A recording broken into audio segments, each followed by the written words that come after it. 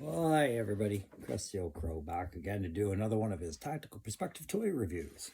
See him hiding behind the box? See the crow? You know where you are? That's weird because some of you might find it strange. Crow, it's only Tuesday. Look, I'm talking through the hole. It's only Tuesday. You do these things on Fridays. Well, I felt like doing one today, so what?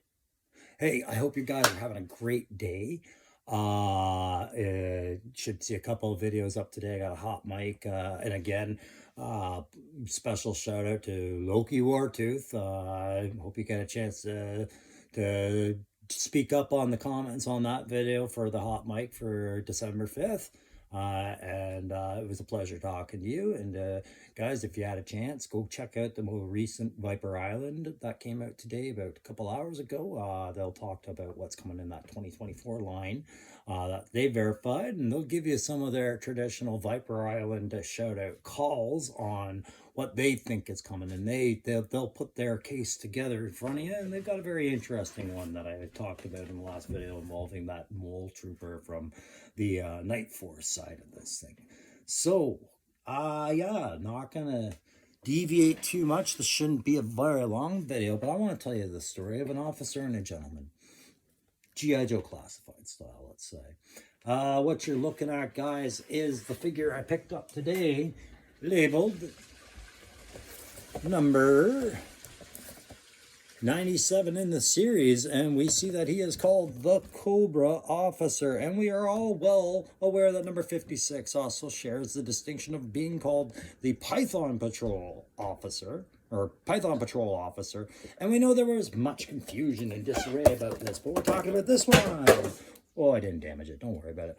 That's the one we're going to talk about, and we'll break down that figure as per my usual tactical perspective style.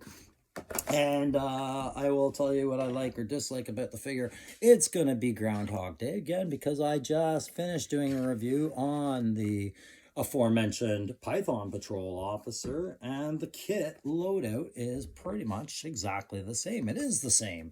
Everything is the same. This is the same character. Therefore, I'm going to spare it the playability and tactical grade because I forgot to watch the video, and I remember I gave it a fairly good one, despite my lack of interest in this character's chemise, as the French would call it, or shirt. His uniform top dress was not appealing to me, but you know what? He sits on my shelf every day among my swamp people, Cobra, the Dreadnoks, and others.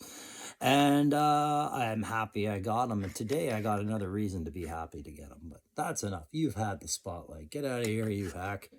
Let's look at this beauty. This is the one that if you've watched the show, you know it was a slow go to get me to get into Python Patrol. Was not a fan because it came after my time with Joe, right? As I've recapped before, I stopped collecting around the age of 12 or 13, and I started just vicariously looking at the Joe collection through my cousin's collection, most of which I had given him. And I watched him open them at Christmas and birthdays and be like, that's a very cool Storm Shadow. Oh, I like what they did there. That guy's name is Chuckles. Things like that, but I didn't actually tangibly own anymore. And then I got out. And I wasn't around for when Python Patrol really grabbed everybody and seized them. I was out when Tiger Force was coming around, and these two were linked in a way, I guess, as far as Joe's Special Forces missions, things like that. And I was aware of them, but I wasn't going to buy them anymore. So when Classified started doing them, I was already kind of a naysayer right off the hop because I was like, that's not my generation. That wasn't my trends. What I was very much into was the old blue one that I grew up with in my collection. You'll get your time. You hang on there. Get your stand out of the way. This was the Cobra Trooper of my age, right? I'm 50 years old now. I started collecting in 82, and I ceased collecting around the, let's say, 84, 85, 86, somewhere around there, right around the time that, you know, Chuckles and Downtown and all them, and the Alley Viper. I remember the Alley Viper was the last Joe figure I ever owned, so whenever that was. Isn't it sad I just did a whole friggin' series on when these all came out? Yeah, and can't recall. Ah, well. When I get medicated, a lot of this will make more sense. Okay, so, yeah. My GPS is still on the phone, so it keeps popping up when I'm trying to look at the camera and see what's up there. So yeah, the Cobra Officer is in the classified line, as is the Trooper, but they've been off the line so much now, and so many army builders keep buying them when they come back out off print, that looking at a price tag of minimum $75 or more every time I'm looking at pricing them. So I realized early these were kind of unachievable. That's why I threw myself into the Crimson Guard the way that I did, and no regrets there. That was I stand by my Crimson Guard are vainglorious so far, but I started watching other reviewers reviewing these classified figures for the Python Patrol stuff, and when I really started paying attention, they were showing, oh, Copperhead and Televiper and this guy. Really, I was seeing a lot of reviews about them, and I was giving credit to the kit loadout, and I was starting to see that this guy had a place, and I could start seeing what people were seeing in him and everything like that. But I still was not fond of the repaint idea and the bright neon 80s green colors that they were using. And I had to figure out what was it that I was grudging against. So when I saw all those colors, guys did a great job. Aaron, the toy enhancer, and it's Chad, and all the other guys, Kyle Peterson, all of them, they do the reviews, and they give you a good take on what they perceive on that figure. And sometimes I find they're younger than me, and they had more love for that figure in their era because that was their Cobra Trooper. Like, that's what they bought droves of or wanted droves of, right? So I started understanding that. But then I saw this guy, the other Cobra Officer out there, and I realized that I really wanted it. I love, if there was going to be a repaint, the black repaint. I'm kind of wondering where the gray and yellow one is at this point, because that's almost better than the lime green too. I'm not a big fan of the crisscross pattern. I think that's part of what makes the green even grosser, is the way they did that up on here. Here, at least for the classified line, they muted it down to some very dull versions of those colors. Wherein when you look back, and this is what I think I was thinking of, and that's the wrong picture. When you look back at the line before, I'll get this out of the way, those colors were very shiny on those figures and bright, so bright. And I think that's what I was seeing on the box art, whatnot. But like I said, when I get it in my hand, it's very different. But when I looked at these figures online, I noticed right away, like, they did modernize, and they did say, we've got to tone some of this down. You'll notice the original version of the Cobra Python Officer, roommate, cousin, uncle, sister, brother, friend, he's got gray gloves as opposed to the yellow. And they've muted down these leg straps to a more acceptable kind of green on there. It's just not popping out and grabbing your eye with bright anymore. It's more subtle, and I think that was the right way to go with this, because you gotta understand. I'm gonna read you their file card, and we're gonna get to know, and then I'll do the head to toe. But so when we get to know a Python Patrol Officer, as I do in all videos when I'm reviewing the figure, I always just go back to what did they want us to know first and foremost about this guy when they released him. And so for the Python Patrol Officer, it simply says, each Python Patrol Officer is trained at Cobra leadership schools and is required to take special courses in stealth tactics that utilize advantages of the Pythoning process. No idea what that is. If you guys know what that is, put it in the comments. He is a qualified air traffic controller, artillery spotter, and infantry leader. His proficiency with second-generation digital keyboard messaging devices enables him to coordinate infantry, armor, artillery, and air support instantaneously in code and without audio transmission. Okay, so that was written in a very dated era when they were embracing what potential the internet could bring to us, right? So now we realize that's just a simple way of doing business. But everything they described there, if you guys watched today's Hot Mic I did, and I talked about if I were to cast a Joe Netflix series or something, I talked about what Grunt would be like. I've just described Grunt, basically, on what he brings to the table by being that artillery coordinator aspect qualification. And then I talked about the importance of being able to execute missions and do phases of mission without transmitting it on the radio, right? No audio transmission at all, just timings and mastery knowledge of your plan. This slithering mastermind is dedicated to destroying the G.I. Joe team and the free world. He'll stop at nothing to crush transportation lines, communication lines, or just about anything that he can obliterate. The Python Patrol Officer displays no fear in his action. He has contempt for everything and is very willing to show this in the most violent ways.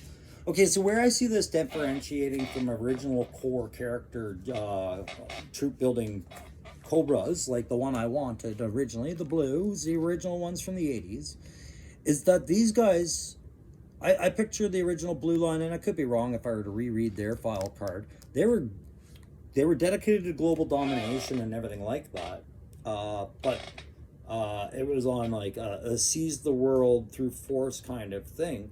It wasn't. It was against the world organization as their opponent. Here, these guys are forged specifically to disrupt and destroy GI Joe, the one sole entity of those forces, right? So I picture these guys studying every individual and what is known. They've memorized photographs. They've studied all the Joe tactics that they've learned over the years. I see these guys kind of more recon. Everything it says the slithering mastermind, yeah, Joe team, he'll stop at nothing.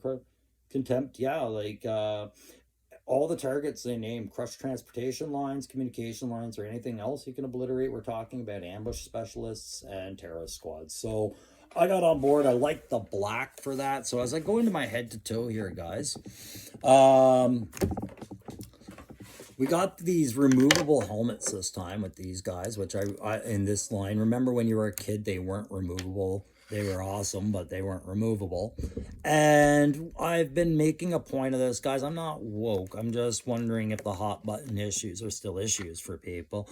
But I've talked about this before. When it comes to Troop Builder, right now, one of the ways that Hasbro is trying to diversify their line and be more reflective of their market and who's buying their figures, and the fact that we are melting pot societies.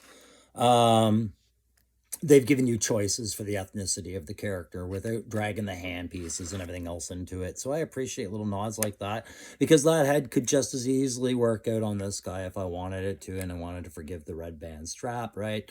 Interchangeability is important. And like I said, now look at this. Look. Maybe if I wasn't at rest with the gray, which I am, I wanted a black, I could do that. Maybe the gray makes more sense on him. Isn't this fun? Isn't this fun? I did notice with the helmet that I got, like the head articulation is good, but this headpiece was really stiff. I need to heat it. When I go to pop it out, I actually pop the neck out. So it's all back. I haven't tried this head on yet, but articulation, really good, really dynamic. It does stop at the back rotation because of his the neckline that he's got. I noticed my helmet, I think it just needs heating. It fits very awkwardly snug, like it feels like it's not seated properly, but it does look like it is. I don't know. I'll probably just steam it a little bit, put it back on, and make sure that it does fit snugly. I'm going to take the weapon arms away from each other, open up his stance so you can have a look. Oh, man. I'm a big fan of that uniform in black, that's for sure. I'm not a huge fan of the web belt colors, but if they got rid of that yellow, I would be way more of a fan. And I can see several reuses of these webbing in future lines. We do know the Iron Grenadiers are on their way. I could picture these being good belts for some of their stuff, perhaps. Yeah, the gray and the black and the green, there's a lot going on, but because the black is so flat and dominant and multi-tonal, like it's not just black, it's like dark gray and black on black, right?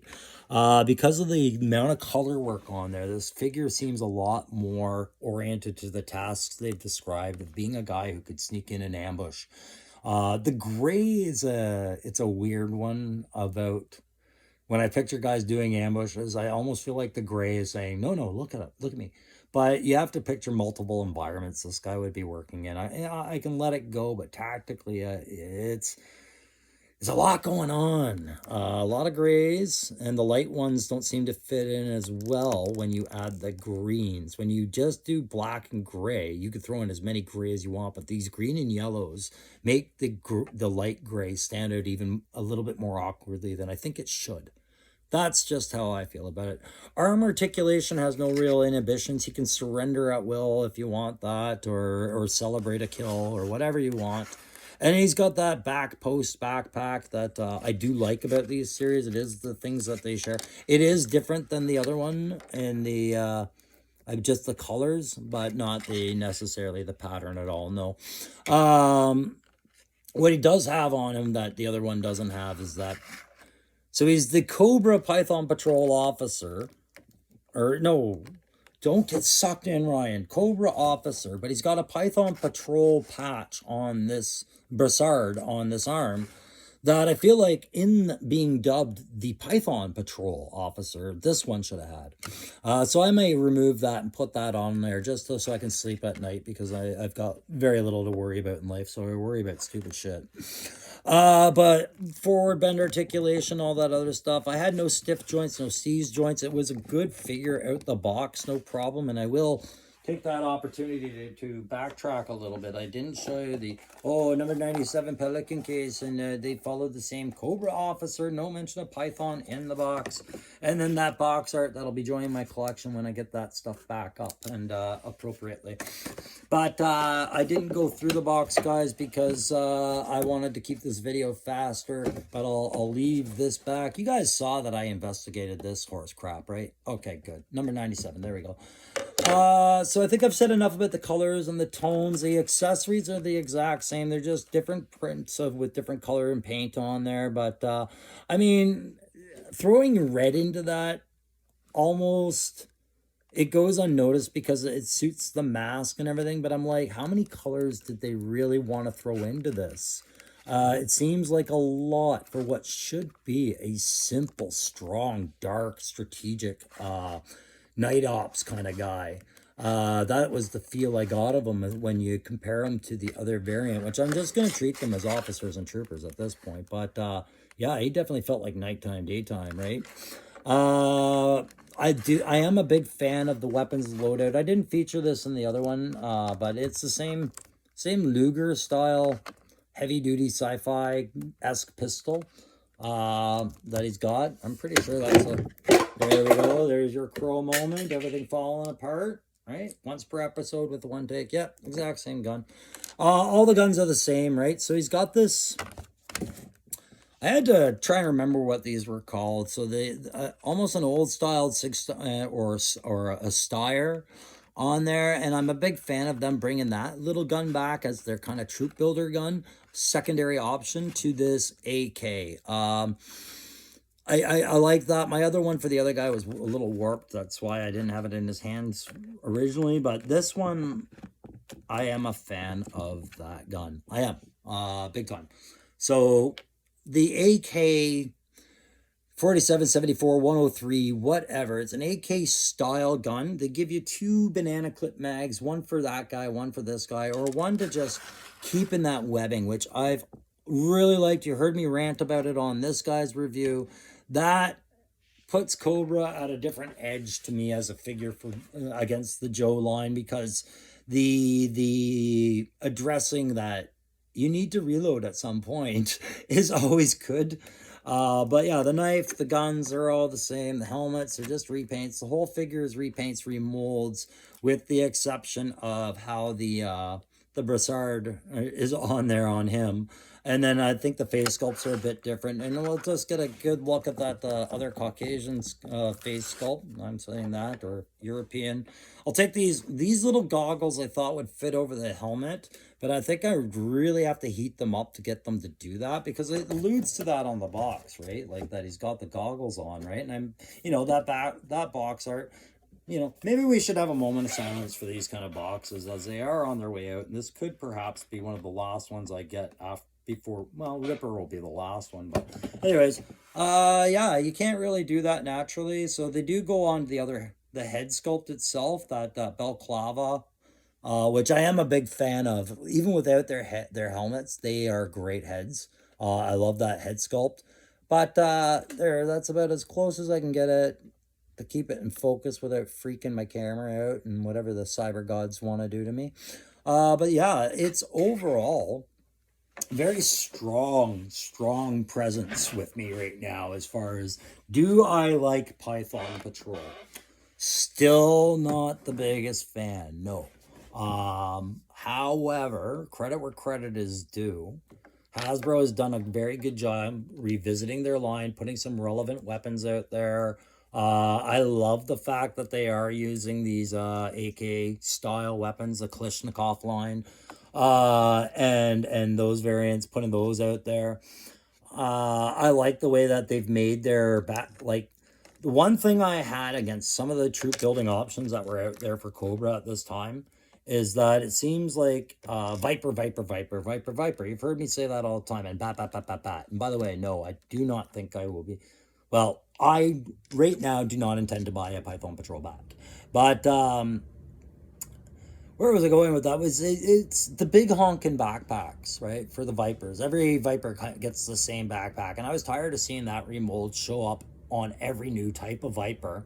I think those are always potential to do a little bit more, but not doing it because remolding makes sense. And guys, if you have an issue with the amount of remold use in the classified line, then why do you not have an issue with how much it was done in the 80s and 90s? Because if you think those parts weren't being swapped out all the time amongst that line, we might not see eye to eye on that. Anyways, I was a big fan of this backpack. It's not optimal for the AK because of the removable laser scope part there, but it's good for this gun for sure, and having that extra mag holder there works really good if you've got the AK in, much as I do. He keeps coming back. You're not a gentleman at all. So yeah, as far as the figure goes, you know, strong A's across the board as far as its play factor for the amount of kit and everything.